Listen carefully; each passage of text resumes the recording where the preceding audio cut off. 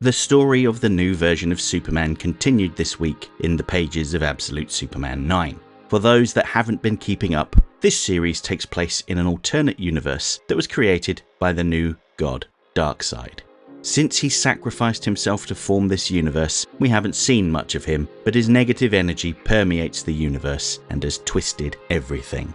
And the heroes of these stories are at an immediate disadvantage. Take the case of the Man of Steel. This Superman didn't come to Earth as a baby, and he wasn't raised by a kindly couple in America's heartland. No, he was raised on Krypton and witnessed its decline firsthand. The people of Krypton had a firm caste system, with the elites lording it over the lowly Men of Steel, and their greed resulted in the planet's ecosystem collapsing and its destruction.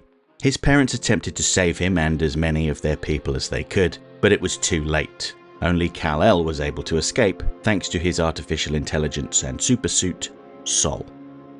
When Superman arrived on Earth, he was quickly targeted by the Lazarus Corporation, owned by the nefarious Ra's al Ghul. Ra's can see the damage that humanity is doing to Earth, so he plans to destroy the planet and then resurrect it with his Lazarus waters. Lazarus, he argues, means life. He has also taken a special interest in Superman and uses his army of Peacemakers to try and bring him in. Among their number is Agent Lois Lane, who does things her own way, and that has got her into some trouble.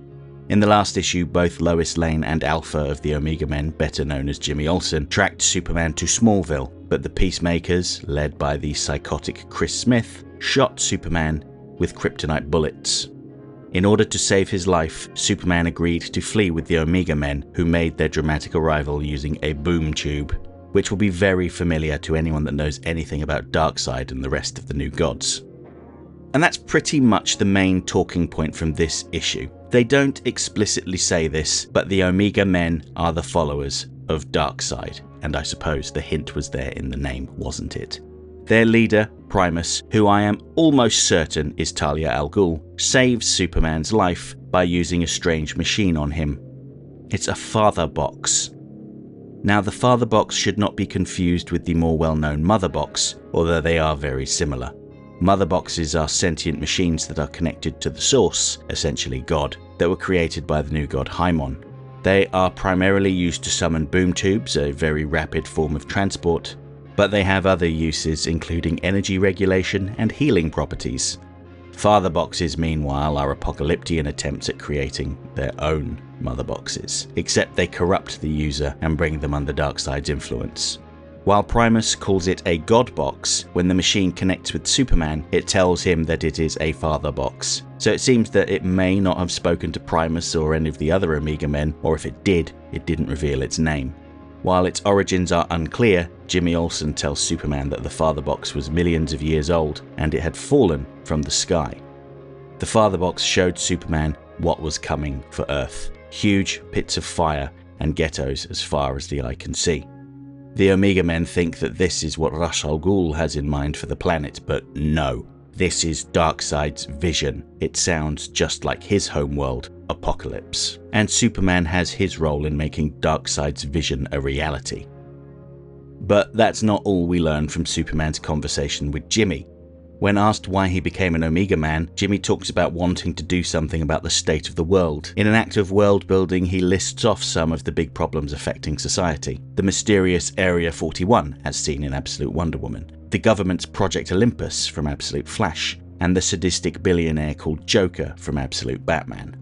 While Jimmy wanted to be able to tell his future children that he at least tried to do something, upon seeing the enormity of the problem, he decided to have a vasectomy. This world is no place to bring up children. And I think that a lot of readers may empathise with Jimmy in this scene. It's hard to watch the news these days without hearing about some atrocity, while the cost of living skyrockets and nobody seems to be able to do anything about it.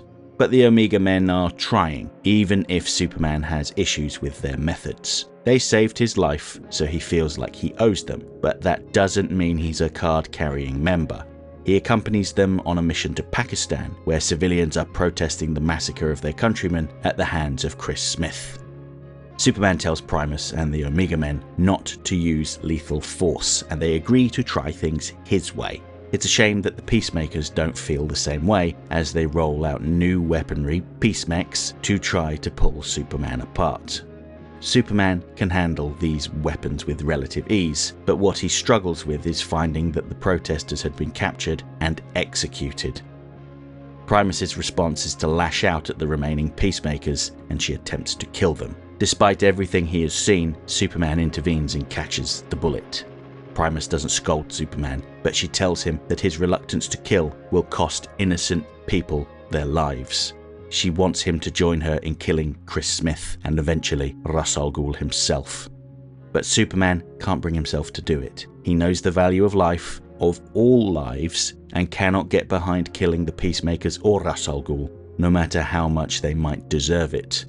Primus is more pragmatic. Even as they return to their base, which is an abandoned Lazarus oil rig, she orders her crew to blow the place up. If any of the injured Omega men can walk, they're welcome to continue the fight. Everyone else will find their end at the bottom of the ocean.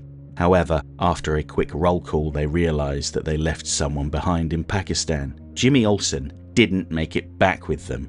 He is alive and well, but he now has to face an interrogation from Lois Lane. Given how these two have bumped heads a few times already in this series, I don't see how this will go very well for him.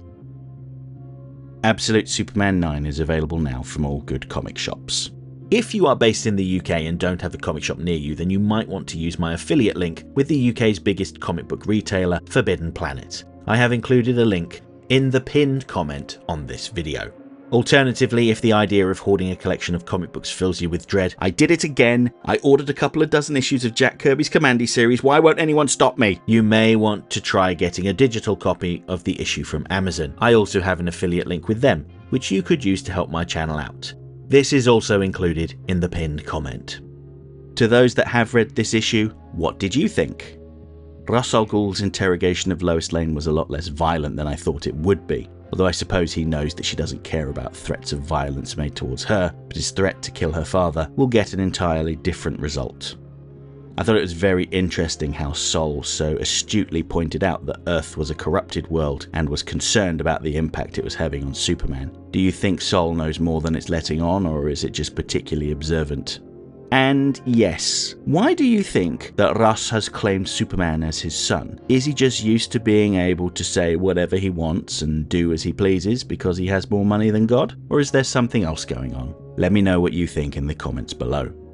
Next time, I'll be back next week to talk about 2 Absolute books. First, we have Absolute Batman 10, where our hero finds himself locked away in Arc M without any of his usual tools or resources. In fact, he hasn't got anything, not even the clothes on his back. Previews for this issue have shown that even without his spiky costume and battle axe, Batman is still very dangerous. And then it'll be time to talk about Absolute Flash 5, where Wally and his best pal Grodd come face to face with the monstrosity that is the Absolute version of Heatwave. Is he as beastly as he looks, or is he another friend that Wally just hasn't met yet? Hope to see you then.